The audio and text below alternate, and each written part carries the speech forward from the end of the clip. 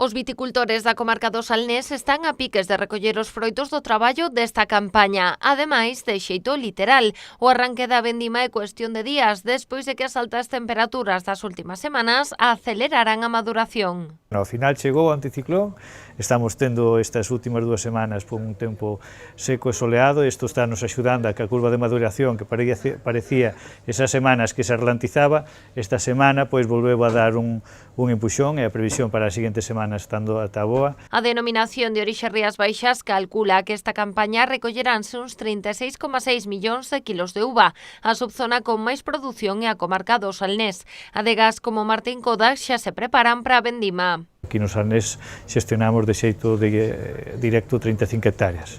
Entonces, para vendimiar esas 35 hectáreas vamos a contratar un reforzo de en torno a 80 vendimadores máis que durante 2-3 semanas pois van estar aí funcionando para coller en torno a 400.000 kilos de uva que colleremos aquí en viñedos propios. Aínda que a finais desta semana comezarán a recoller nalgunhas parcelas, o groso da vendima arrincará a vindeira. As tarefas centranse agora en planificar e preparar o momento da recollida da uva en función dos viños que van elaborar. Neste momento xa estamos nos finales de maduración e decidindo cando arrancar, programando todo o tema de vendimiadores, logística de caixas, transportes e toda a vorágime esta. E sobre todo estamos en tema de clasificación de vendimia, non?